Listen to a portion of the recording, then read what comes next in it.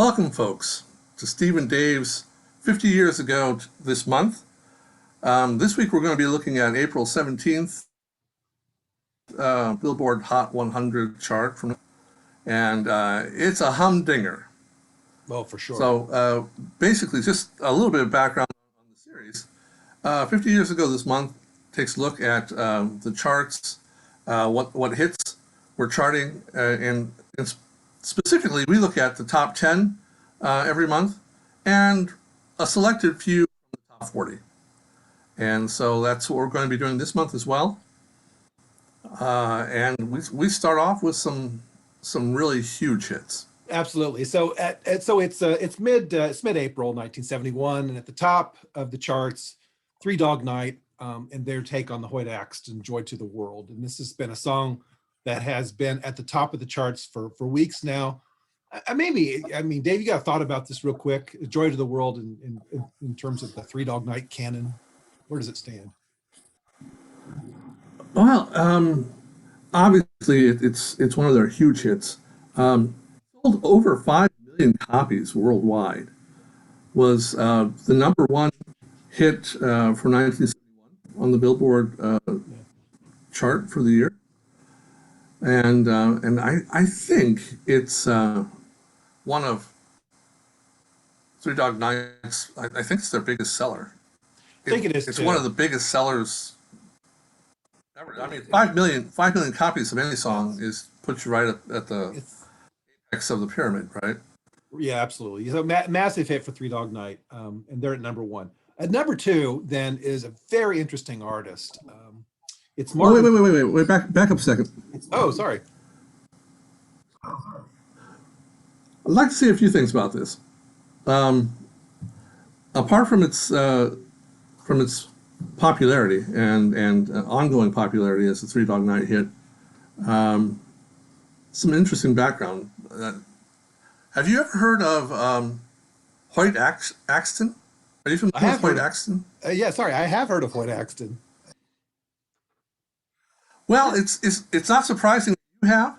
I had never heard of Hoyt Axton. Oh, okay. And he's just a huge presence in the entertainment industry from the 60s through the 80s, anyway. Yeah. As a singer, a songwriter, an actor. And he wrote this song, right?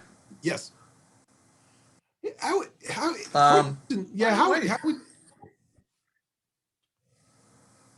would we characterize Hoyt Axton? By the way, he's an interesting person, and he really is an interesting character. Yeah. Oh, go ahead. Let's hear what you know.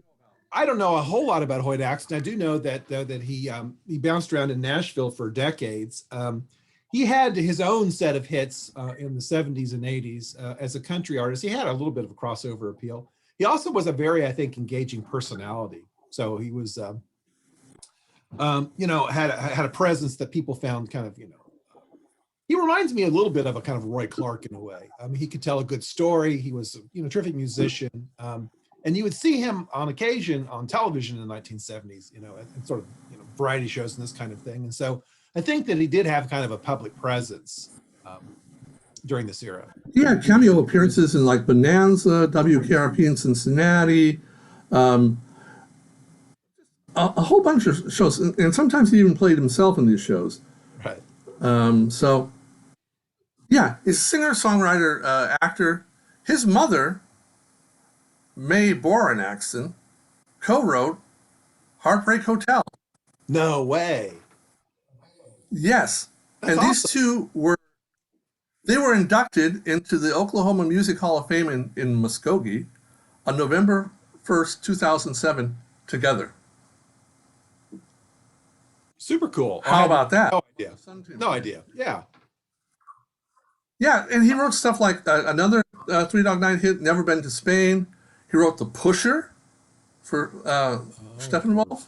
Steppenwolf, yeah. The No-No song for Ringo. Okay, Steve, okay. What did the No-No song and The Pusher have in common thematically? Well, thematically, that's thank you for diverting me from commentary on the songs themselves. Yeah, thematically, they had to do with narcotics. Yes, and apparently Hoyt had a struggle of his own with cocaine addiction, Yeah, yeah, that's right. and so that was kind of one of his ways of working through that. So just really interesting stuff, and all sorts of people have covered his songs. Joan Baez, Arlo Guthrie, B.J. Thomas, John Denver, Glenn Campbell, and Murray. The list goes on and on. Right, right. So it's yeah, you know, I'm surprised I have never heard of him because obviously Well, he was something of a force. for sure. Yeah. So, so Three Dog Night again is this. I guess we know them primarily as a vocal group from California, although there was then this solid band that was part of the act as well. They were quite famous for selecting oftentimes sort of obscure songs and obscure songwriters and elevating the songs and the songwriters. I mean, this was sort of what Three Dog Night did. And so how would you, I mean, so how would you sort of, how would you think about Three Dog, how do you think about Three Dog Night in this context with Joy to the World? Well, there are a couple of things that are unusual about this. One of them is that when Axl went to the group, two of the three main singers from Three Dog Night, Denny Hutton and Corey Wells, Yeah. rejected the song. They didn't want to do it. But Chuck Nigran said, you know, we need a silly song right now. It was kind of a time of crisis in the group. They needed something to come together and gel on. Right. And I read that as a have fun sort of song. We're going to have some fun and gel together as a group. And the entire group, even the musicians, they all sang on this together, Oh, interesting. not just the three main singers. So that was unusual. This it made an enormous hit. It just when it came out, it's sort of like gold after just 2 months. And then was put on their fourth studio album, Naturally, in November '70. And it's just got an amazing echo in popular culture too. Oh, absolutely. It's sung after every victory of the Denver Broncos. Um, it was the song that was playing in the bathroom in Las Vegas when Raul Duke walked in and found his Samoan lawyer lying in the tub. So there's So information for one of life. two songs, yes, one of Yeah. two songs in that interesting little scene. Um, Scully sang it to Mueller in X Files. Carrie sang it while drunk in Sex and the City. Chandler from Friends sang in karaoke. Um, One of the sons from one of the couples in Big Chill sang it toward the beginning of the film, and it was played at the end and during the credits. Oh, is that right? And those are just a few of Huh, okay. dozens. So, yeah, so it's really been very influential. I would, yeah, I would think we would agree that Oh, no, this is, no, I'm done. it has a kind of karaoke quality, a kind of sing along quality. I think any song that starts Oh, out yeah. wrong and all that. I definitely remember this as a kid when it was popular, and as a young person, Oh, I do too. Yeah. it just seemed cool. It just seemed fun, and so when Negrin, I think it's It's fascinating a fun song. Yeah. and how he saw it, because I think he was spot on. You know, it's not heavy. It's kind of joyous. It's yeah, absolutely. That's cool. Yeah. And Nigran himself said, you know, it's not our best song, but it may be our most honest song, Yeah, whatever that. I don't know, but So, yeah, it's cool. uh, Okay, so okay, so much for that. yeah, it's the joy of the world. Okay, and so at number two, then this is kind of a big jump. I mean, from Joy to the World to this song. But what we have at number two is a very interesting performer who is in the midst of a kind of transformation. And at number two, in mid-April 1971, is What's Going On by Marvin Gaye. Yeah, incredible. And actually, The idea for the song came from Obi Benson, one of the Four Tops. They had been on tour in Berkeley, and on May 15th, 1969, a day known as Bloody Thursday, at People's Park in Berkeley, they witnessed essentially a police riot, police just wading into demonstrators. And he was shocked by what he was seeing and said, really, literally what was going through his head is, what's going on? And this is, there are kind of echoes of For What It's Worth here. Oh, I think so too. Oh, I think you're right. Something, what's going on? What's happening? So he wrote it, took it back to the Four Tops, said, let's sing this. And they said, hey man, that's a protest song. We don't do protest songs. And he said, it's not a protest song. It's a love song. It's about love and understanding. But they weren't going to go for that. So together with Al Cleveland, who also co-wrote I Second That Emotion. Oh, of course, right. And Marvin Gaye. They came up with Marvin Gaye added several lyrics himself. His brother had just come back from a 3-year tour in Vietnam and was telling him all sorts of really heavy stories. That's right. He had been very maybe radicalized by what he saw in Watts in 1965. So that all flowed into this, of course. And it really, as you said before, it was a real departure. Yeah, absolutely. This is the thing, right? For Marvin Gaye and for Motown Records. This was actually put out on Tamla Records, the subsidiary label. Right. Actually, the oldest Motown label, but Berry Gordy didn't want to put it out at all. And in fact, they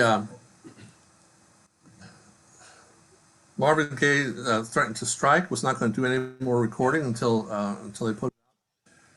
And they actually put it out behind Berry Gordy's back at first. It had sold like 200,000 copies before he even knew that it had been released. And at that point, well, Is it not the case? He's right? a money man too, He's a money man. Yeah, I mean there we go. He's a money man for sure. Is it not the case that Marvin Gaye was one of the really important artists for Motown, right? In the 60s, he was really, he was an enormous figure. But primarily Marvin Gaye, is it not, correct, because I know you know much about more about Marvin Gaye than I do, but is it not the case that mostly in the 60s, he was singing these duets, these fresh poppy duets with people like Tammy Terrell, and that really was his Tammy Terrell, that's a fantastic duo. They're just, they're delightful together. But yes, light, poppy, and shortly before this, Marvin Gaye had his breakthrough hit with "Heard It Through the Grapevine." Oh, the Fogerty song. Yeah, right. Yeah. No, that was not a Fogerty song. Fogerty did a cover. That was actually Norman Whitfield. Oh my. Yes, it was. King. There you go.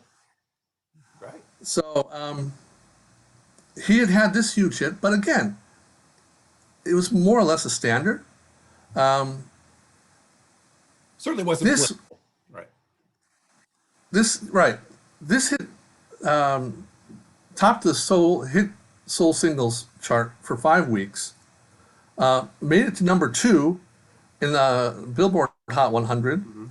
It was huge. It sold over 2 million records, which was, to date, his second most successful single for the company after Heard Through the Grapevine, which was a phenomenal success. Yeah.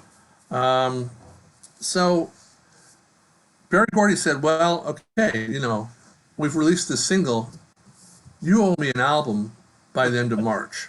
And that album that album became What's Going On, which Smokey Robinson says is his top favorite song, top favorite album of all time. It has to be one of the most In important 2004, albums. 2000, yes, in 2004 to 2010, Rolling Stone magazine ranked What's Going On as the fourth greatest song of all time in both of those lists, Right. 2004 and 2010. It reached number 14 on VH1's 100 Greatest Rock Songs of All Time. In March 2012, New Musical Express named it the 33rd greatest 1970s song. It's included in the Rock and Roll Hall of Fame's 500 songs that shaped rock and roll. Absolutely. Yeah. In 2004, the Metro Times from Detroit named it the greatest Detroit song of all time out of 100 songs on their list. 12 years later, it was voted number 2 in Detroit's 100 Greatest Songs by the Detroit Free Press. So, clearly, what it did not get, it didn't get a Grammy. It was nominated for 2, didn't get one. Seems unbelievable in retrospect. And that's something that really, that kind of ate at Marvin Gaye, too. Yeah. That the fact that he did not win a Grammy for that. Just a little bit about the production, real quick. He had the Funk Brothers in at Hitsville, USA, the studio there. James Jamerson, the bassist, come in and was really, really drunk. And apparently, legend has it that he played his bass part lying on his back, just bombed out of his skull. But he went home, and his wife said, he told me, I just played on a masterpiece. She said he never talked about his work, didn't talk about the songs he was involved in, but he came home and he talked about what's going on and was just really enthusiastic about it. They also had, Marvin Gaye had a couple of the Detroit Lions come in, and, there's kind of a rap part. Hey, what's going on? Yeah, right on, brother, right on. Yes. They're doing all this. At that time, he actually had some ambitions to become a football player. Marvin Gaye. He was thinking about thinking about becoming a football player. Yeah, but it's so strange. Barry Gordy said, I had to talk him out of it. I said, man, you're not a football player. You're a singer. So, well, that's kind of crazy stuff. It's it's a great song. It's also, as you're suggesting here, a kind of an important song. It marks a transition for Gaye. And he really becomes, I think, a different kind of performer as we move into the 70s. So the 70s, and we started a very troubled time for him. Very troubled time for him. But this is Mercy Me was on the album as well. Yeah, that's right. Pollution, environment. So definitely more socially conscious. He had a message that he wanted to get out, and I think it was something that that certainly the Black community was hungry for. Yeah, I think that's really raised him, I think, generally in the esteem I think of the community. I think that's a key piece. I just definitely think that this song and that album just elevated Marvin Gaye and into a position within, I think, the culture that it was significant. He was considered, I think, after this record, a significant figure. Whereas before, I think he was just a kind of, he was a pop singer. He was something different afterwards. Okay, so there we go. So at number 2, Marvin Gaye's What's Going On. Maybe a couple words here about what's at number 3. It's the Temptations, another Motown act, and Just My Imagination. One of many hits, right, from the Temptations in this era. At number 4 is Tom Jones. Just one word about that, real quickly. The Temptations was one of the 2 songs that kept What's Going On from the number 1 spot. They had it before Joy to the World. So, or was the other way around? Anyway, it was number one.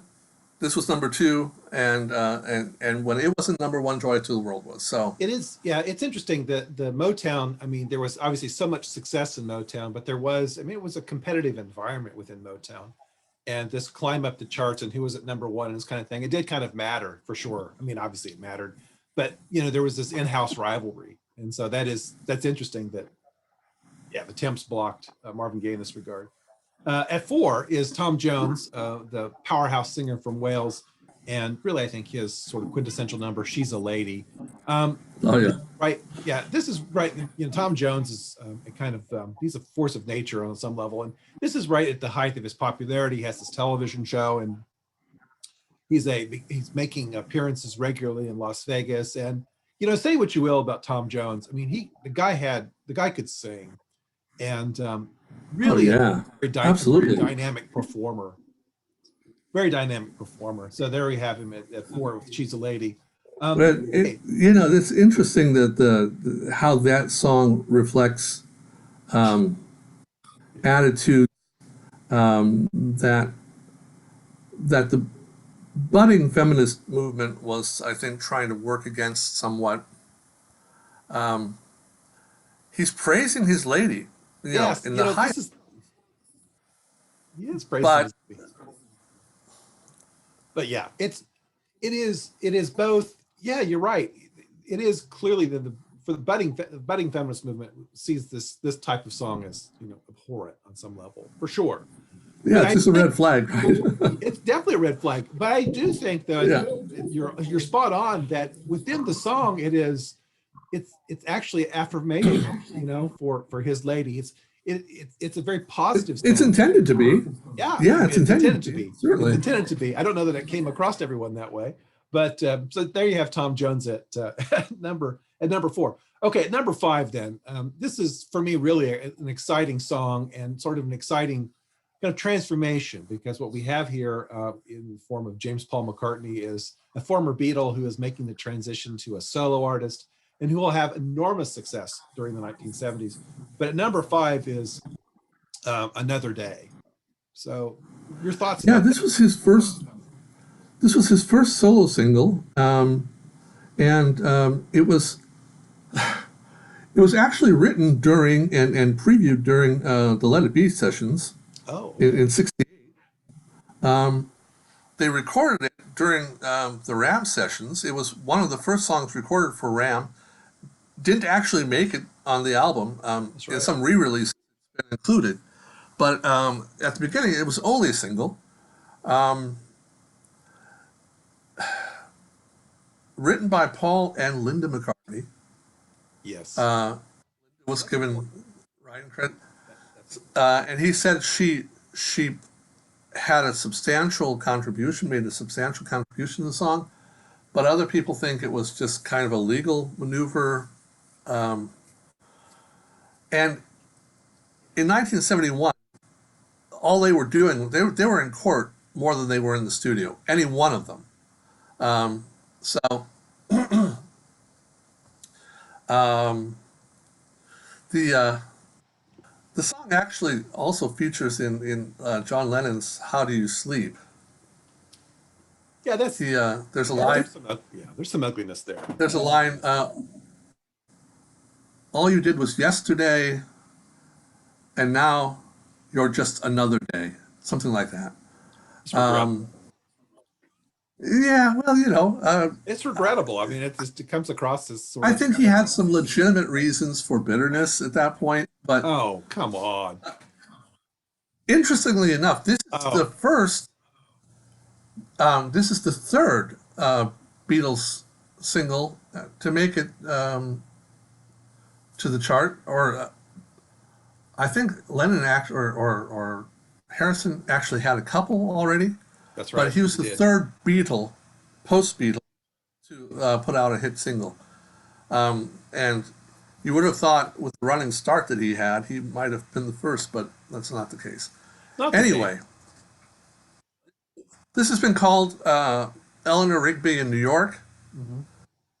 and it's kind of a song about a lonely woman just getting by, and you could easily imagine um, this young woman in Another Day becoming an Eleanor Rigby figure Yeah, very easily. It's about I agree with loneliness and you. about.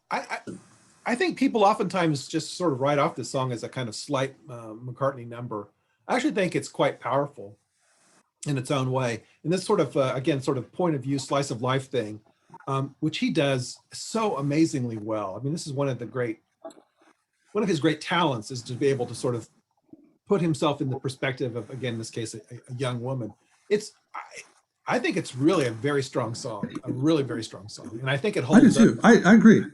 It really holds up. I, And like some of his solo yeah. numbers. Um, Yes.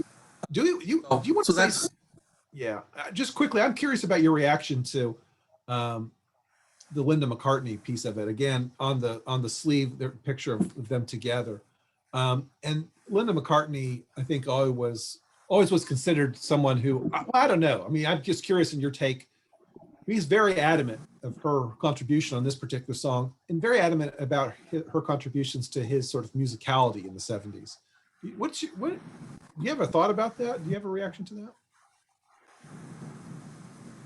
I tend to think that Linda McCartney was probably better for Paul McCartney's music than Yoko Ono was for John's post Beatles.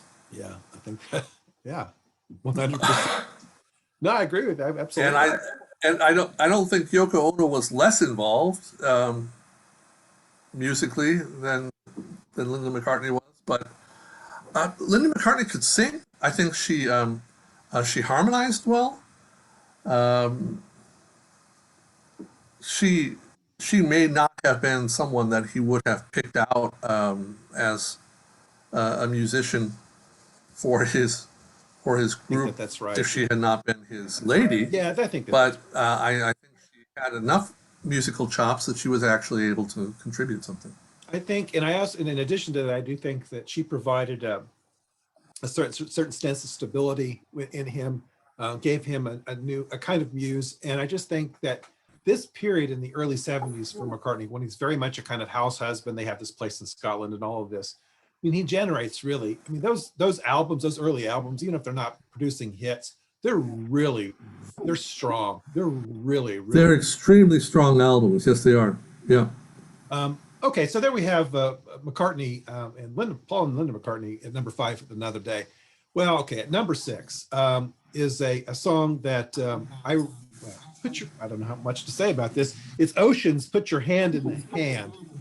It is, it's like this is a familiar territory in pop charts in this era, a kind of quasi-religious song. There's something, there's a chorus. It's the kind of song that you would sing around a campfire at a church camp. I mean, there's something about this song that it's, I think, kind of the time a little bit, a time people are sort of Don't searching for meaning. But go ahead, your thoughts about this. don't you think that has something to do with the popularity of Jesus Christ Superstar? Oh, I absolutely do. Yeah, I think you're right. I think that was something that It was in there. that convinced music companies this is material that we can put out that does have hit potential. Although I think they really still steered clear of that outside of country music forever. I mean, pop music that Brian Wilson was so proud because God Only Knows was the first song on pop radio that had God in the title. They really avoided it. That's And right. so this is the first period that we're seeing this actually starting to slide You in. know, in addition, if Dave, if, in addition to the Jesus Christ Superstar, I think another piece of this, I think that Godspell, I think, had an enormous effect on people in this era Yes. as well. And so I just think there is something familiar about this tune. And so I mean, just a couple of words about it. It's Ocean's a one-hit wonder. They're a Canadian band. They would put only a couple more songs on the charts in the United States, and they'd be in the adult contemporary charts. And Ocean only recorded a couple of albums before disbanding in the mid 1970s. That being said, this song is particularly beloved in Canada, and in fact has been put into the Canadian Recording Hall of Fame. And the members of Ocean, well, they were quite revered actually in Canada. And so it's an interesting thing where one country reacts to a group and a song, I think, a little bit more fervently than another. But there's no question that the Ocean was a big deal in Canada, and this song was, I mean, it was almost a kind of secular hymn in Canada, and it is also a song that I think, in its own way, sort of filtered into the larger culture. Very hummable, pretty simple lyrics, and a chorus that's sort of, it's cleverly done and it gets in your head and you can't shake it. And so it's also one of those songs that I think, we mentioned the camp songs around the church. I mean, it's the kind of thing that in church camps still, and these kinds of things around the world, probably this song would come up. It peaked in the United States at number 2. Look, don't you think My Sweet Lord kind of benefited from this whole thing? Because Absolutely, yes. I don't think people really got the No. whole Yeah. Harirama No, stuff. they didn't. People heard what they wanted to hear there. And I know I was shocked when my babysitter pointed out to me that this was not a song about God; it was a song about a pagan. Idol. You know, it's just. Yeah, I was shocked at the time. It wasn't necessarily a song. Yeah, My Sweet Lord, celebrating Christianity. There was a kind of, right, it was a broader kind of. But yeah, you're right. And that's the point here, is that there are so many of these songs. Oh, Happy Day, the Edwin Hawkins singers from last year. So many of these songs are just sort of filtering in the culture. They're popular. People hearing them. I think you're right. I do think that both Godspell and Jesus Christ Superstar created a kind of landscape that was much more accepting. But it was also the case that this stuff was, I don't know, that there was something about hearing songs about religion, about God. People were, I think, more open to it in a way in this era, more open to it. And so these are the kinds of things that made the top 10 in this case. So at number 6, you have Put Your Hand in Hand by Ocean. A couple words, Dave, from you. But this is number 7 is Janis Joplin's take on the Chris Christopherson's Me and Bobby McGee. Joplin had passed away a few months earlier. You get just a quick thought about Joplin here in her version of the Me and Bobby McGee. Well, all sorts of credit to Chris Christopherson for writing such a fantastic song. But I think for me, there's no interpretation of it that comes close to 100%. I think you're absolutely right. It's my favorite song of hers, and as you said, it was released posthumously, and even Christopherson did not hear her version of it until after she had died. Yeah, it's kind of a tragic legacy. No, that's absolutely right. And so this comes off of Pearl, and Pearl at this time is also then selling, thousands and thousands of albums each week. But so we have Joplin at number 7. I know you've got a word or two to think about this song. It's Partridge Family. The Partridge Family at number 8. This is one of my least favorite Partridge Family songs, as I've noted before publicly, but it's Doesn't Somebody Want to Be Wanted? So I'm sure you've got something to say about this particular dog. Yeah, it's one of those Partridge Family songs that holds up well. Was one of my favorites back in the day, and I still like it. Woo! So. Well, there you go. Bold words. But David Cassidy hated it. He refused to sing it like he was supposed to. There is a vocal part in there, and he just spoken word, and he did not want to do it. Yeah, well, he still hated it. I stand with Cassidy. Decades later. Well, there you go. And so you have the Partridge Family at number 8. At number 9 is the Carpenters, For All We Know, which in my mind is one of the great Carpenters number. For me, I think it's my favorite Carpenters number, featuring, of course, an oboe, which you don't hear much in popular music. You got a word or two about the For All We Know, Dave. For all we know, now I'm thinking, I'm on the wrong song. I'm on. We've only just begun. Yeah, it's certainly one of their classics, and one of the songs that you think of when you think of the Carpenters. Yeah, I think that's right. Plaintive number. I mean, Karen Carpenter. Yeah, I mean, she's at her height of her powers. I think. it's just Um, one of those songs. Yeah, that make you love Karen Carpenter. I She was absolutely. so well respected, just across the board. She talks about coming out of a cafeteria once in Los Angeles as John Lennon was going in, and he took the opportunity to say that he really liked You her know, version of Ticket to Ride. that's yeah, and their She version of was Ticket to Ride is blown away by that, of course, but oh yeah, absolutely. I'd say this about Lennon. He was very generous. I mean, he could be a very petty person, but there are lots of stories about Lennon in this regard. Him, um, you know, coming up to people and talking about the version of a particular song, or sending people a note or something. He was a music fan, and he also understood talent. And I think that yeah, I mean, he's not wrong about their version of Ticket to Ride. I think it's really quite good. well, and if clearly he was a guy with demons, and he could be, as you said, Yep, very petty. He could be mean and mean spirited. for sure. He was a nasty drunk. All these things. Yes. But there was also a side of him that was just very loving and very giving, as you say. And a lot of people have stories about those. Absolutely. So at number 10, then a song that's rocketing its way up the charts. Curiously, it's it's Brewer and Shipley's "One Toke Over the Line." This is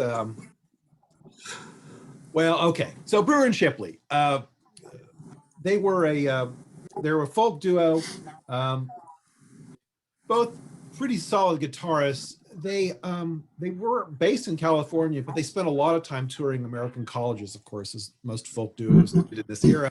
They spent a lot of time in the Midwest, even in the Kansas City area, and so um, they hit gold with this particular number.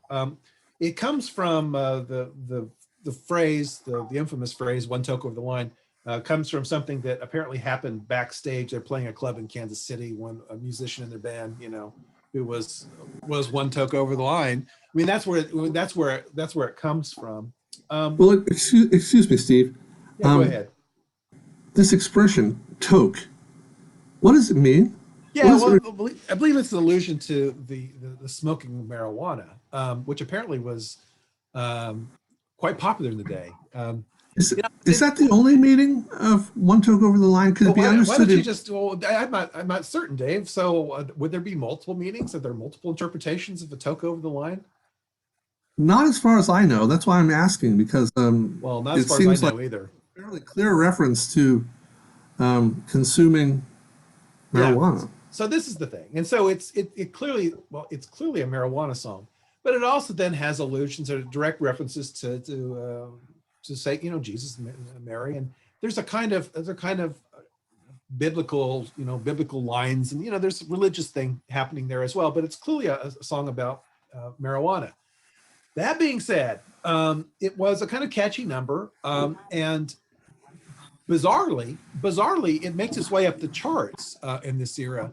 That many program directors wouldn't play it; they knew what the hell was going on. But apparently, a lot more didn't. And so the DJs would spin this. They didn't say one thing or the other. And so this thing is making its way up the charts. It does just it stalls then at number 10. It peaks at number 10, and this is Brewer and Shipley's only hit. They're sort of the original one hit wonder. Um, Well, Steve, yeah, see, go ahead. how square would you have to be? How Oh, here we square go. would you have to be to not understand what this reference is? So we're okay. So on this week's playlist, then you're going to be able to see then the most sort of notorious cover of "One Toke Over the Line," which comes from the Lawrence Welk Show. And on the Lawrence Welk Show, a duo sings "One Toke Over the Line." It's introduced by the accordionist Myron Florin, who he's you understand, I think, gets the joke. He gets it's going to happen, and coughing and kind of choking, can kind of barely spit it out. The duo does this fairly kind of straightforward interpretation of it, and there's Yeah. kind of joyous aspect to it. And then after the number is over, Lawrence Welk then comes on the screen for just a couple of seconds, and Lawrence Welk then talks. Just what is the phrase that he uses then about this song? Wonderful, wonderful. I don't know. Wonderful, wonderful, and I believe he uses the phrase modern spiritual.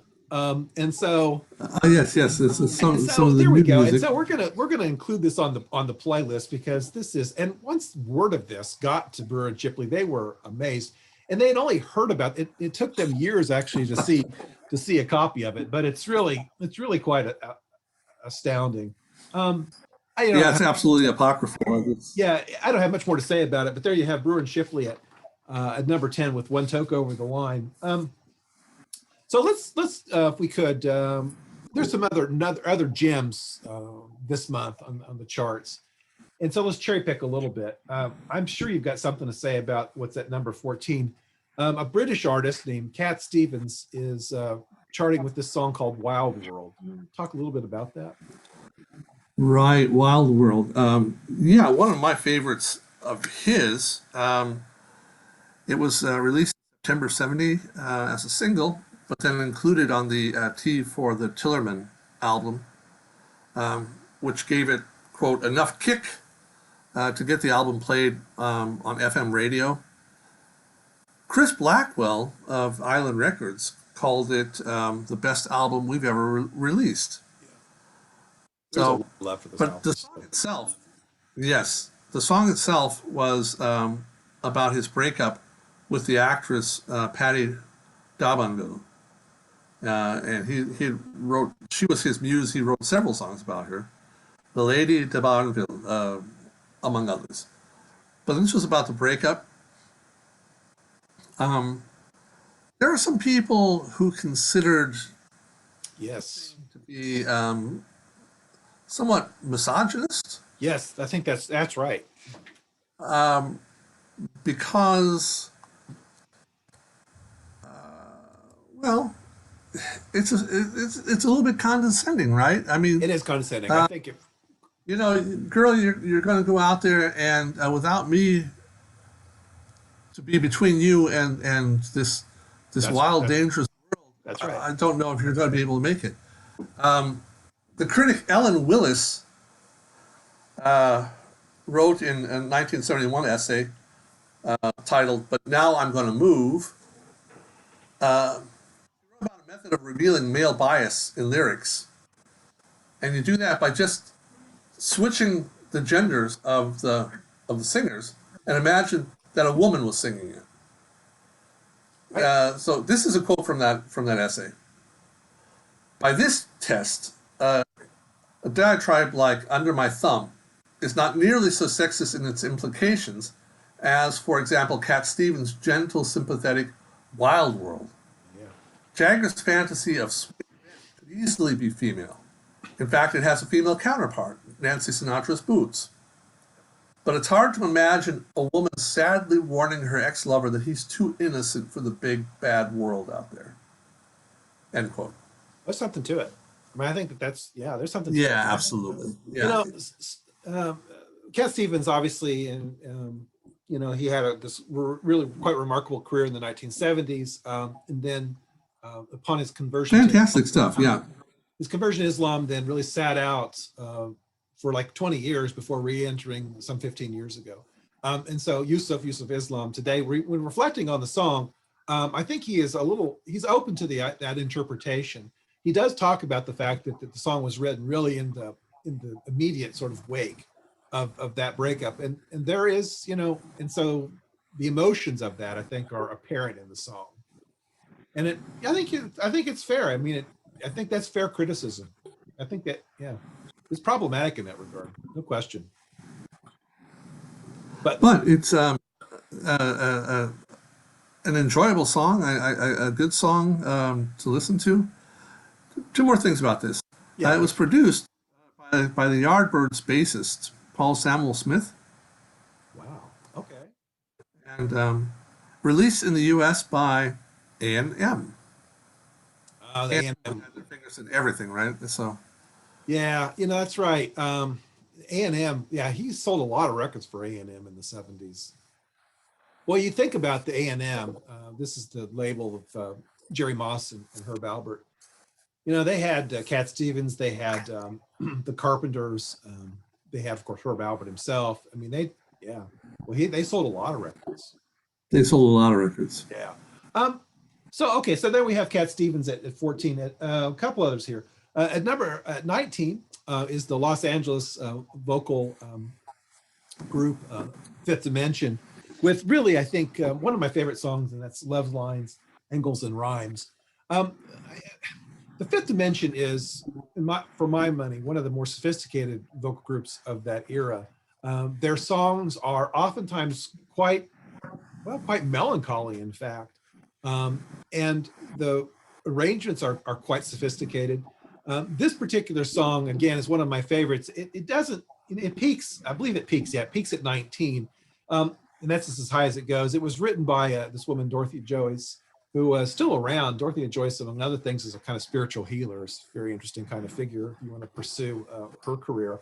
But this particular song is features, of course, Marilyn McCoo, who was really emerged as sort of the lead vocalist for the group. And eventually then she would be she was the breakout performer along with her husband, Billy Davis Jr.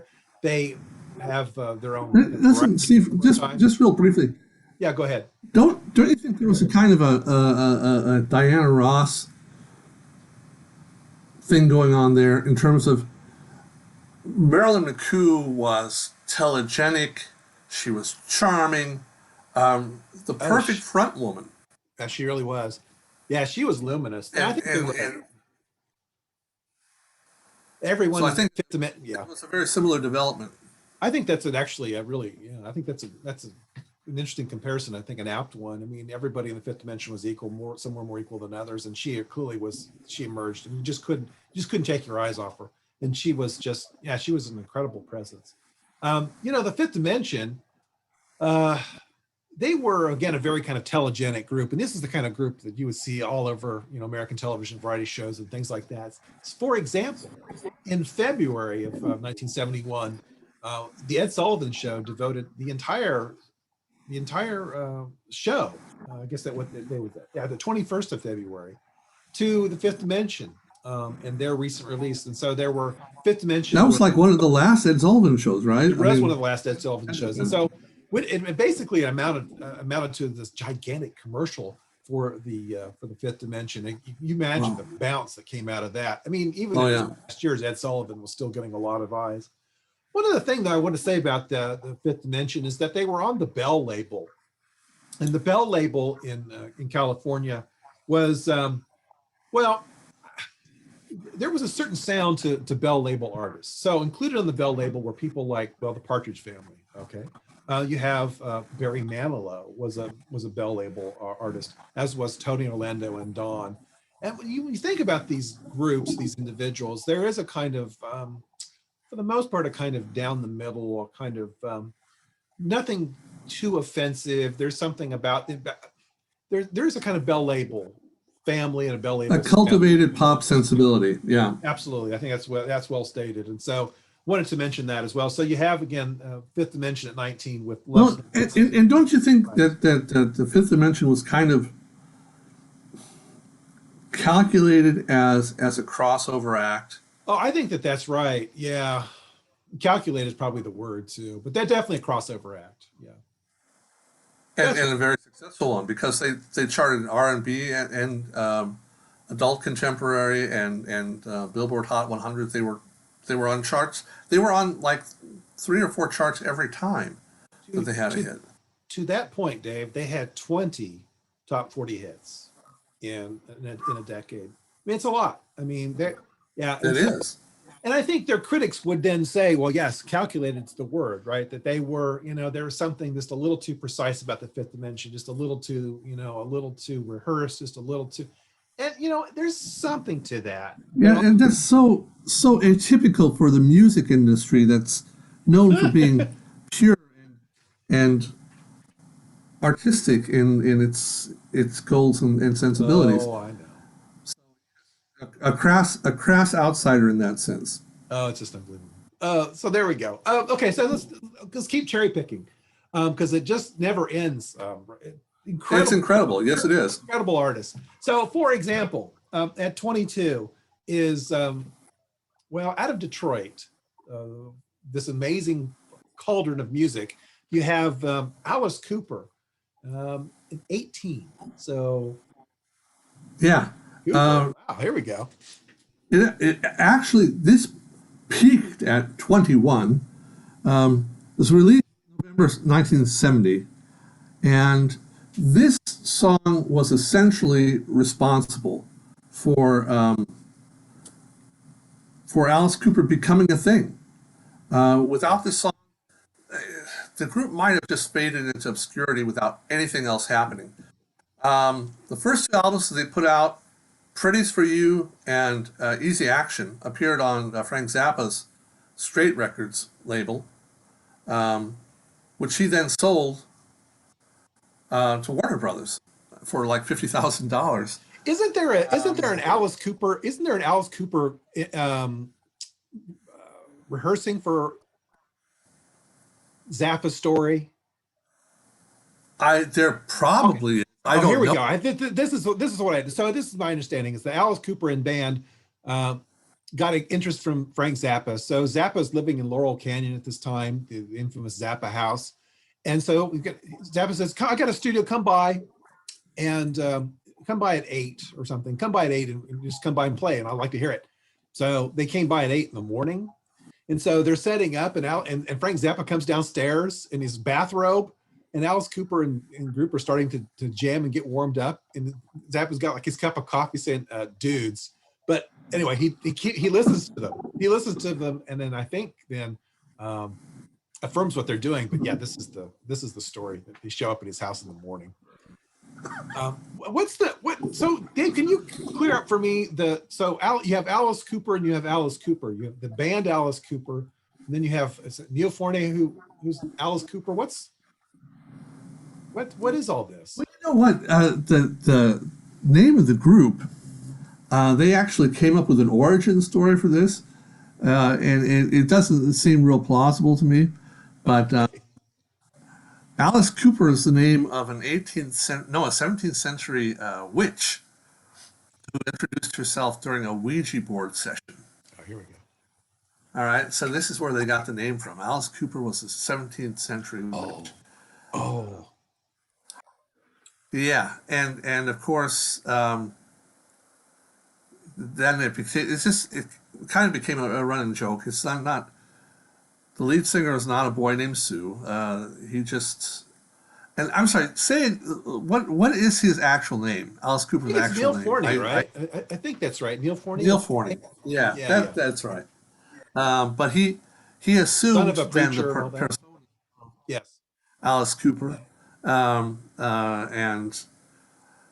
but this song, I'm 18, was written by the entire band. It was originally an 8-minute jam, and when the band manager Shep Gordon approached producer Jack Richardson at the Strawberry Fields Festival in Canada, April 1970, he wasn't at all interested, but he did have one of his like 19-year-old assistants have a look. Yeah. A guy named Bob Ezrin, 19-year-old Canadian kid. Oh, it's a big name. He had initially turned down working with the band. wasn't really interested in doing that either. But he did see them perform at Max's Kansas City in New York City the following October, and he was impressed by their audience participation, Yeah. rock sort of thing, and the cult devotion that their followers had for this band. So he took them on, and Ezrin had a classical and folk background, and he just went to work kind of tightening things because I'm 18 was originally an 8-minute long jam, right? Yeah. And certainly not radio compatible. But Alice Cooper said he, quote, ironed the songs out note by note, giving them coloring, personality, end quote. So He really appreciated what Esrin was able to do. They had this song, they put it out, and Warner Brothers basically said, "Look, this is it. If this song is a success, you guys can go ahead and make an album for us. Right. And if it's not, you're done." So the group started calling radio stations, making hundreds of radio stations requesting the song. Yeah, of course. Of course Their they manager, did. Gordon, paid other people like $1 per request to request it. And apparently that campaign, that request campaign, paid off because it even got onto mainstream AM radio Yeah, and peaked at number 21 on the charts. And on the basis of that success, Warner allowed them to go on and record Love It to Death, which was released March 71. big album for them. And yes, and the rest is, as they say, history. Absolutely. This song made Alice Cooper, right? And it's been incredibly influential too. I mean, everything Yes. you had. The band played "I'm 18" live on German television. I'm going to try to find this for our playlist on the Beat Club. Cooper appeared on the floor in a Wonder Woman T-shirt with a whiskey bottle. I think he performed a lot with whiskey bottles in his hand. Yes, he did. And during an extended intro, he said, "I ain't 21.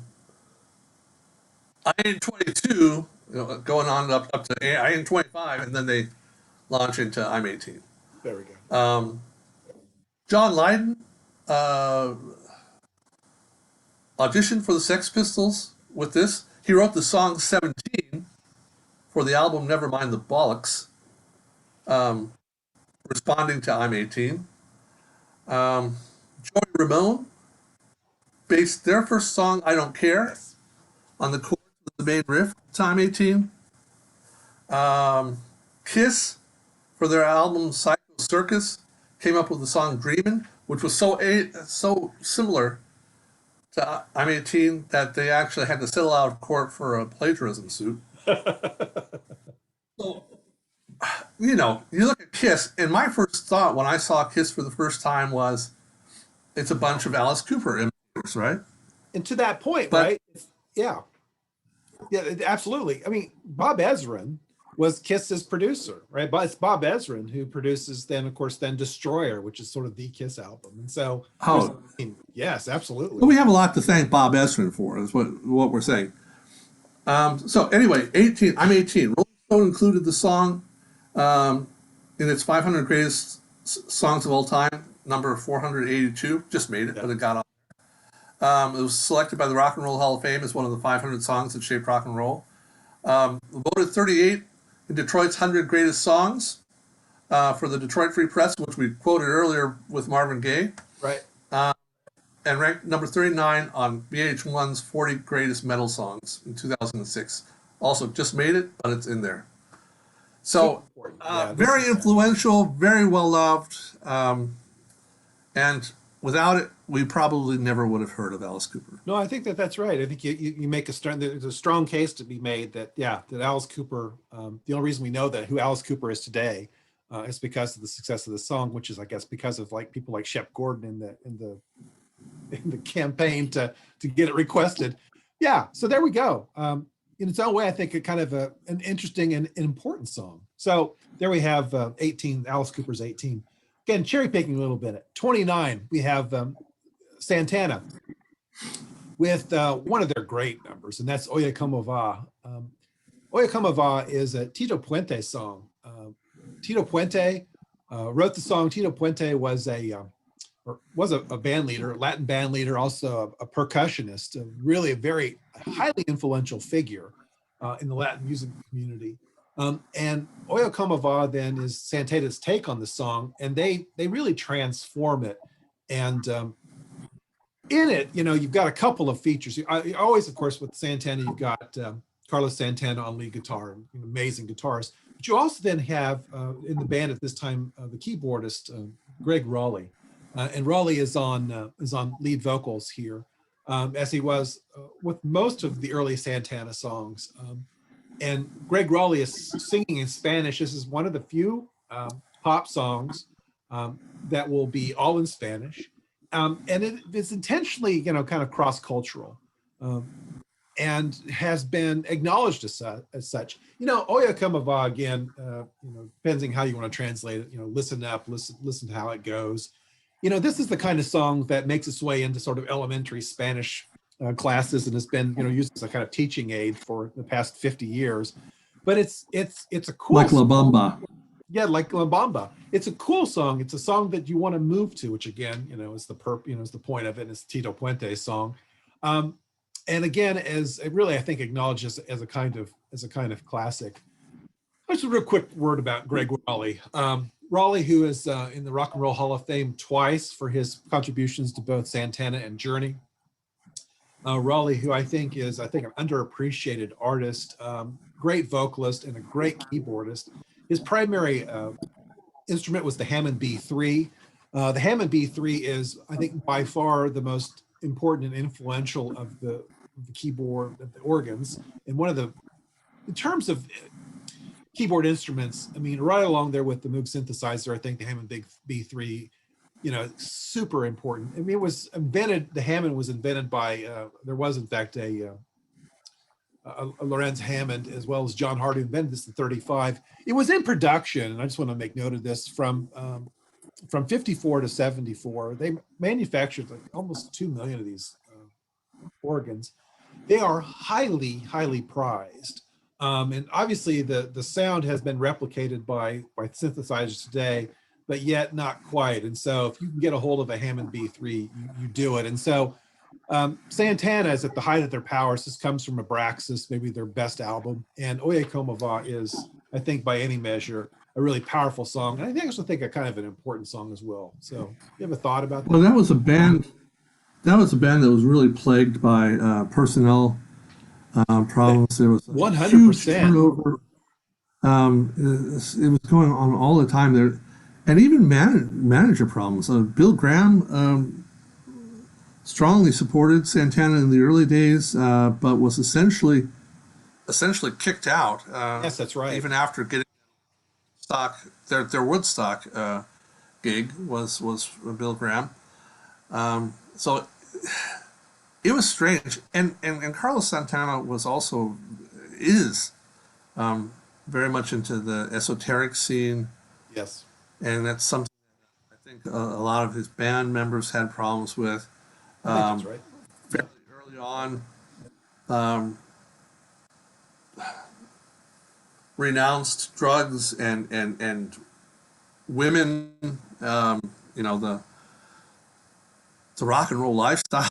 Yeah, he kind of a lot of band members different kind of problem with. Oh no, that's right. No, exactly right. Yeah, alienating from his own band. Yes, it's amazing that they got as much done as they did.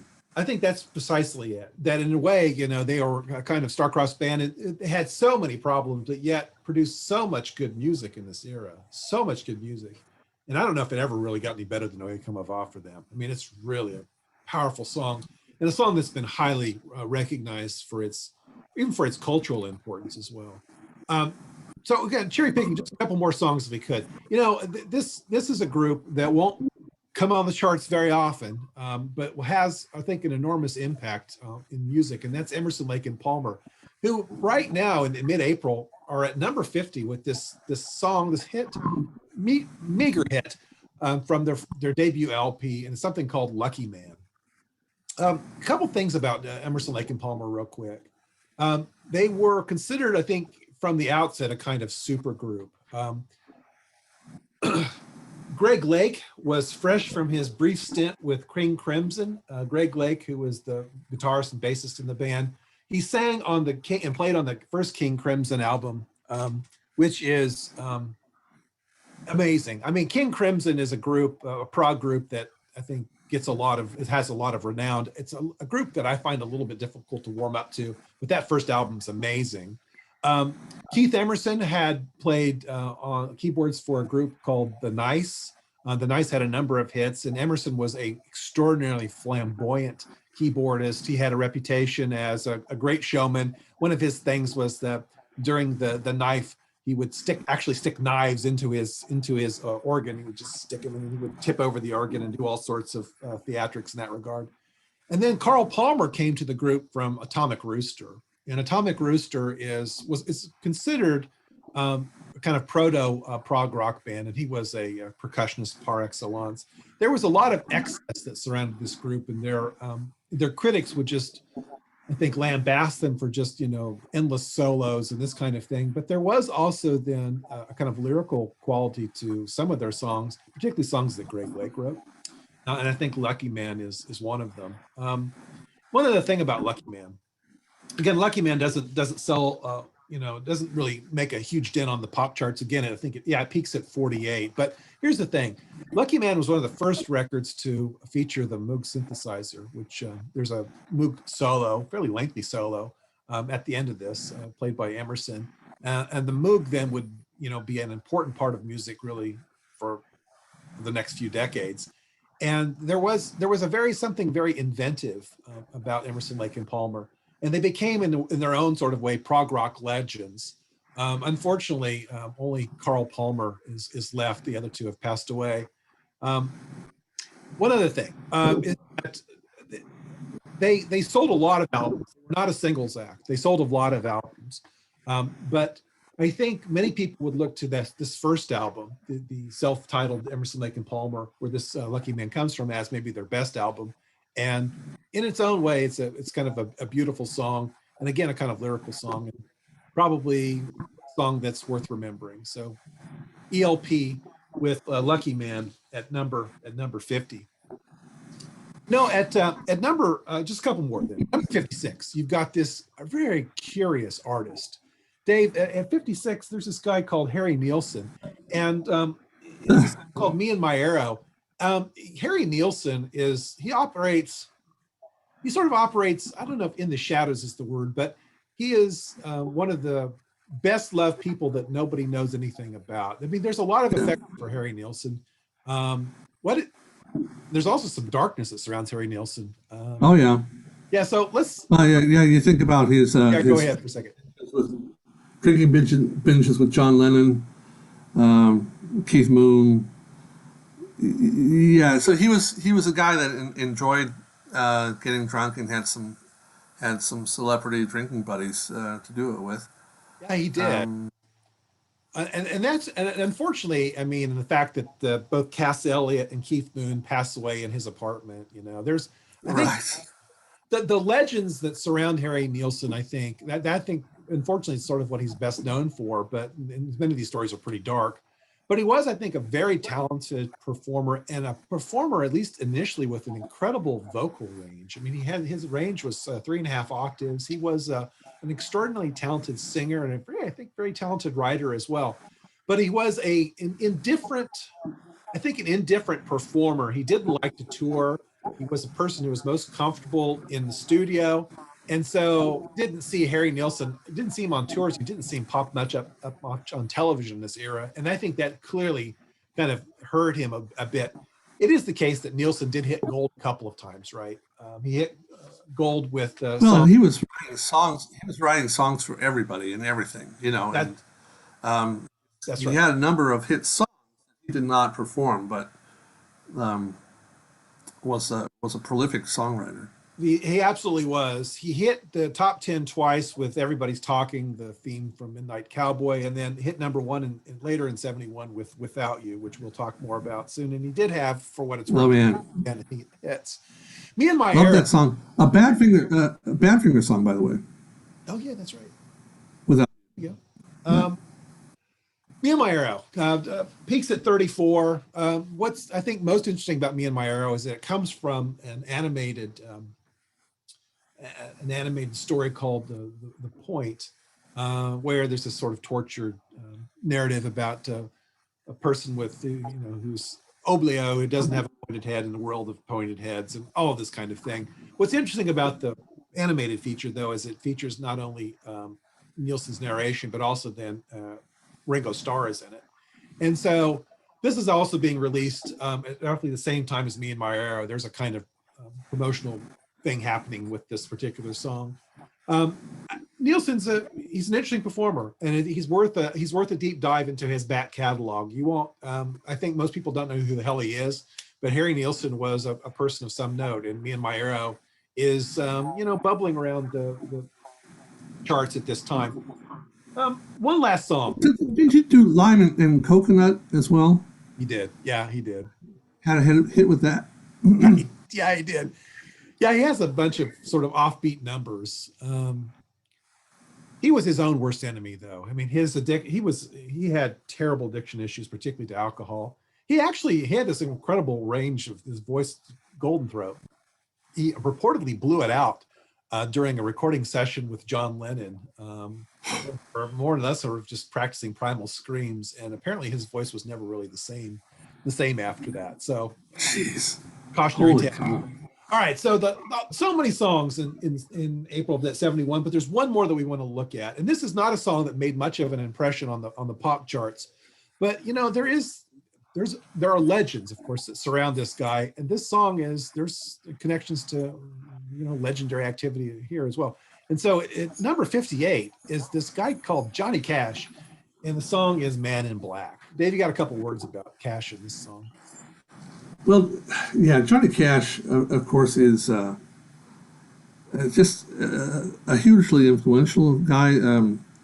Was discovered by Sam Phillips, Sun Studios, Memphis, Tennessee. Did his first work for him. But my absolute favorite country singer of all time, and one of my favorite human beings. I think he's just a prince of a guy, and this is kind of what the song is about. It says a little bit about who Johnny Cash is and what he's about. And I guess it's kind of a post hoc explanation for his sartorial choices. Yes. He used to dress almost entirely in black suits. And I remember living in Memphis, Tennessee back in the late 60s and watching the Johnny Cash show. Sure. And it would always start off with him with his back to the camera, and he'd be dressed in black, and he'd turn around and he'd say, "Hello, I'm Johnny Cash," and then start playing some song. But apparently, he had been playing a concert for a college audience at Vanderbilt University, and stuck around and had a discussion with some of the students afterwards, and they asked him about, why do you wear black? And he explained it to them, and that became the basis for this song, "The Man in Black." Yeah. And he says, the world is a place with a lot of misery.